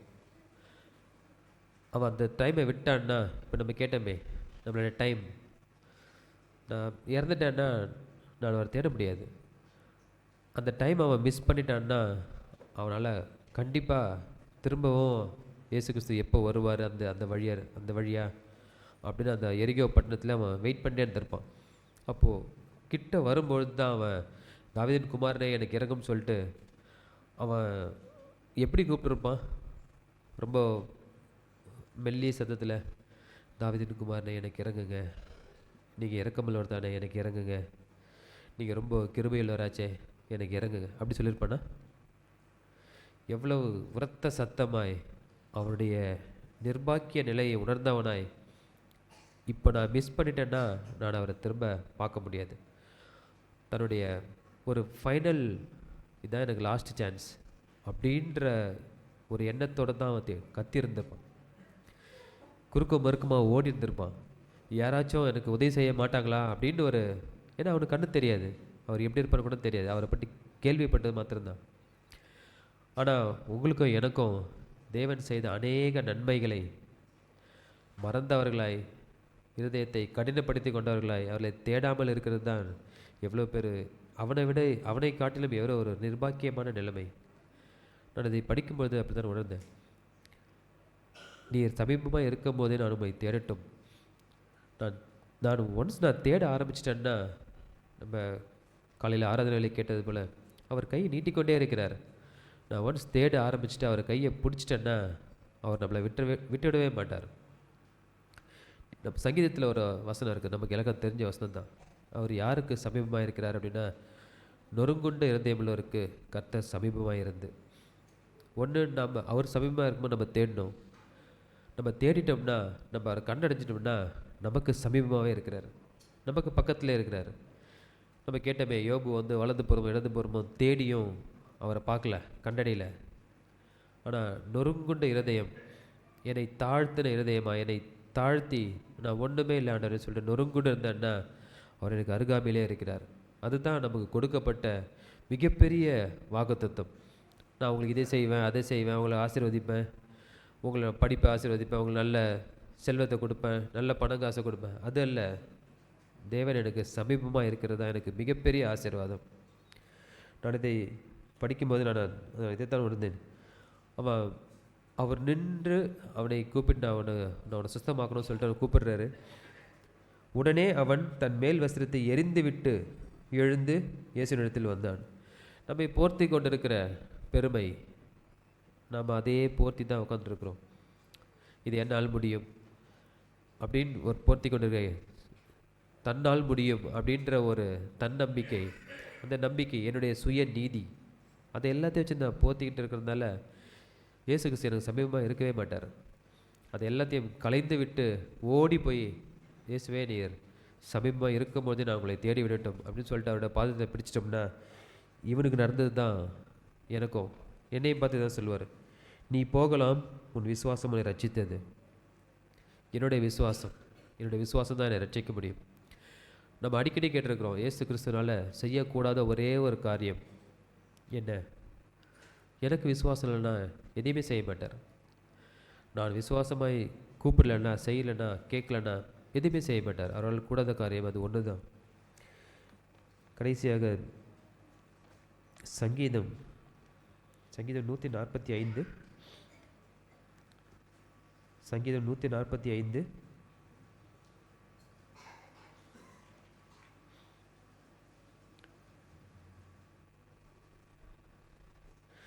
16 வாசிக்கிறேன். சங்கீதம் 145:16.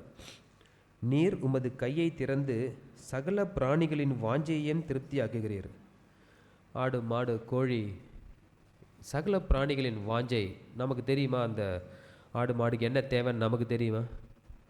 ஆனால் அதனுடைய வாஞ்சையும் தேவன் திருப்தியாக்குகிறார். கர்த்தர் தமது வழிகளிலெல்லாம் நீதி உள்ளவரும், தன் செய்கிற எல்லா செயலையும் அவர் நீதி உள்ளவர்.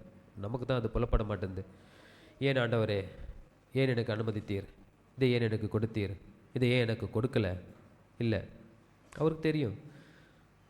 ஒரு ஆடு, மாடு, கோழிக்கே அவர் அவ்வளோ அதோடைய வாஞ்சையை திருப்தி ஆகிறாருன்னா, உங்களுக்கும் எனக்கும் அவர் செய்யாமல் இருக்கிறது எவ்வளவு தூரம், எவ்வளவு அதிகம், செய்கிறது எவ்வளோ அதிகம். நமக்கு தான் அந்த விசுவாசம் இருக்க மாட்டேங்குது. தேவனே, எல்லாவற்றையும் நீர் பொறுப்பெடுத்துக் கொள்கிறீர், நம்முடைய வழிகள் எல்லாம் நீதியுள்ளவைகள் அப்படின்னு நம்ம விசுவாசித்தோம்னா இது நமக்கும் சொந்தமாகும். தமது கிரியைகளிலெல்லாம் கிருபையுள்ளவருமாய் இருக்கிறார். தம்மை நோக்கி கூப்பிடுகிற யாவருக்கும், உண்மையாய் தம்மை நோக்கி கூப்பிடுகிற யாவருக்கும் கர்த்தர் சமீபமாக இருக்கிறார். நம்மகிட்டருந்து தேவன் எதிர்பார்க்குறது ஒன்று தான். அவரை உண்மையாய் நோக்கி நம்ம கூப்பிட்டோம்னா, நம்ம அழைத்தோம்னா கண்டிப்பாக நமக்கு அவர் உதவி செய்கிறதுக்கு வல்லவராக இருக்கிறார். நம்ம கேட்டது போல் நமக்கு பரிசுத்த ஆவியானவர் துணை எப்பொழுதும் வேண்டும். இப்போ மாத்திரமல்ல, இப்போ கேட்குற பொழுது மாத்திரமல்ல, அல்லது இங்கே சபையை கூடுகிற மாத்திரமல்ல, இங்கேருந்து குறிப்பாக இங்கேருந்து வெளியே போகிறோம் இல்லையா, அப்போ தான் பரிசுத்த ஆவியானோட துணை நமக்கு வேணும். அடுத்தது என்ன, அடுத்தது நடப்பது என்ன நமக்கு தெரியாது. என்னோடய வேலை எப்போ, என்னோடய காலம் எப்போ முடியும், எல்லாவற்றையும் தேவன் நேர்த்தியாய் நமக்கு கொடுத்துருக்கிறார். ஆனால் நாம் தான் அதை புரிஞ்சிக்காமல் விசனப்பட்டு வியாகுலப்பட்டு தேவனை தேடாதவர்களாய் அப்படி நம்ம முடிவடைய வேண்டாம். இந்த புதிய ஆண்டிலும் தேவனே, எனக்கு நியமித்த ஓட்டத்தை நான் ஜாக்கிரதையாய் ஓடி முடிக்கட்டும். எனக்கு என்ன நியமித்திருக்கிறீரோ, எனக்கு என்ன அனுமதித்திருக்கிறீரோ, எனக்கு என்ன கொடுத்திருக்கிறீரோ, எனக்கு அது போதுமானதுன்னு சொல்லிட்டு நாம் தேவனை தேடுவோம். நாம் எழுந்து நின்று நம் தேவனை துதித்தோம். இந்த கூட்டத்தை முடிப்போம்.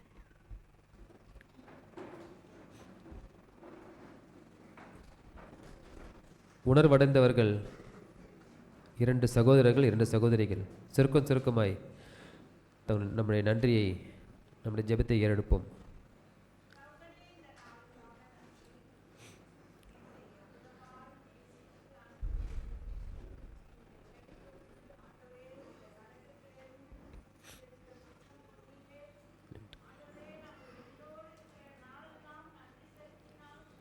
நன்றி ஆண்டவரே.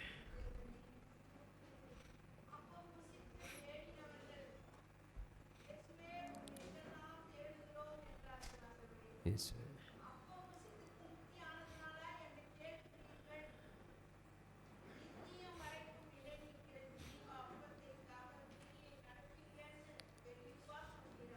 ஆமாம் ஆண்டவரே.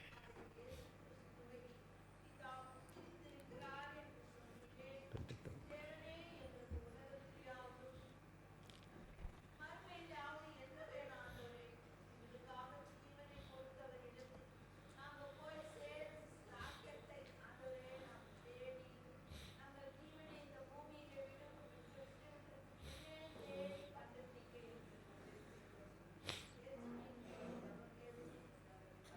ஆமென்.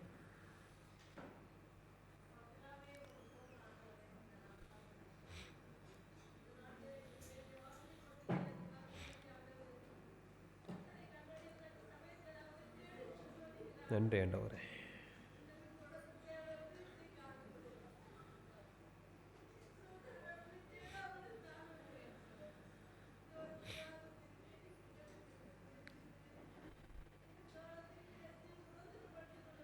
இதை செய்யுங்க ஆண்டவரே.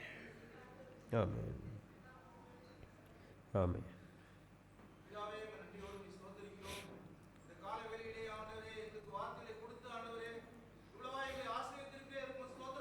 நன்றி தேவன்.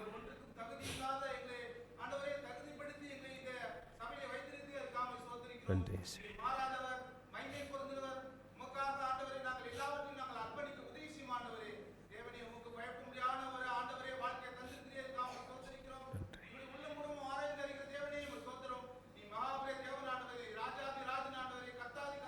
இயேசுவே.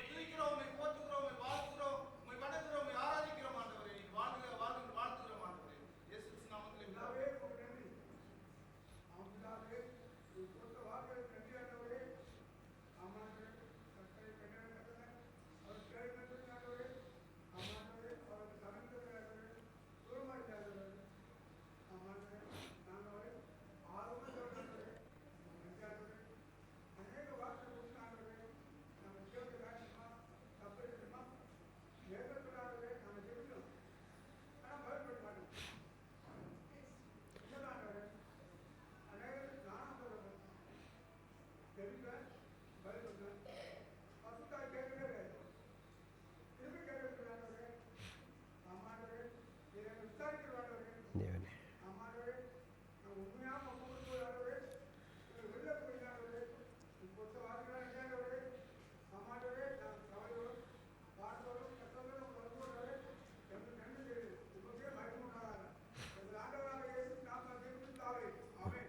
ஆம் சகோதரனே, சகோதரியே, இயேசு கிறிஸ்து தேவன் நமக்கு அருகில் இருக்கும்போதே நாம் அவரை தேடி விடட்டும். ஒருவேளை நாம் தேடும்பொழுது அவர் இல்லாமல் போய்விடுவார்.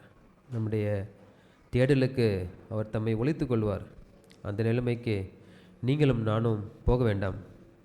நம்மை தாழ்த்தி கூக்குரலிடுவோம், அபயமிடுவோம். வாயை திறந்து யாரும் வெட்கப்பட வேண்டாம். தேவனே உம்மை நாங்கள் தேடுகிறோம், நீங்கள் சமீபமாக இருக்கும்போதே உம்மை தேடுகிறோம் என்று நாங்கள் அவரை கெஞ்சுவோம். நன்றி ஆண்டவரே, நன்றி தகப்பனே. தேவனே, நீர் எங்களுக்கு சமீபமாக இருக்கும் போதே நாங்கள் உங்களை தேடி விடட்டும் ஆண்டவரே.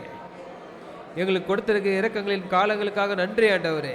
எங்களுக்கு கொடுத்திருக்கிற கிருபையின் காலங்களுக்காக நன்றி தேவனே, நன்றி ஆண்டவரே. தேவனே, நீர் பெரியவர். நாங்கள் கூப்பிடும் போது எங்களுக்கு செவி கொடுப்பீர் ஆண்டவரே, எங்களுக்கு பதில் அளிப்பீர் ஆண்டவரே. நன்றி, நன்றி தேவனே, நன்றி தகப்பனே, நன்றி ஆண்டவரே, நன்றி, நன்றி. நொறுங்குண்ட நெஞ்சமே நோக்கிடு இயேசுவை, நொறுங்குண்ட நெஞ்சமே நோக்கிடு இயேசுவை, கூப்பிடு உண்மையாய், கூப்பிடு உண்மையாய், கூரையெல்லாம் நீக்குவார், உன் கூரையெல்லாம் நீக்குவார்.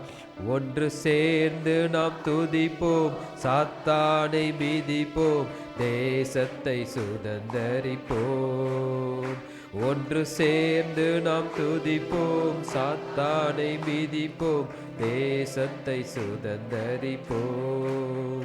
நம் இயேசு நல்லவர், ஒருபோதும் கைவிடார், ஒரு நாளும் விலகிடார். ஆமென். சபை கூட்டம் முடிந்து நாம் உட்காருவோம்.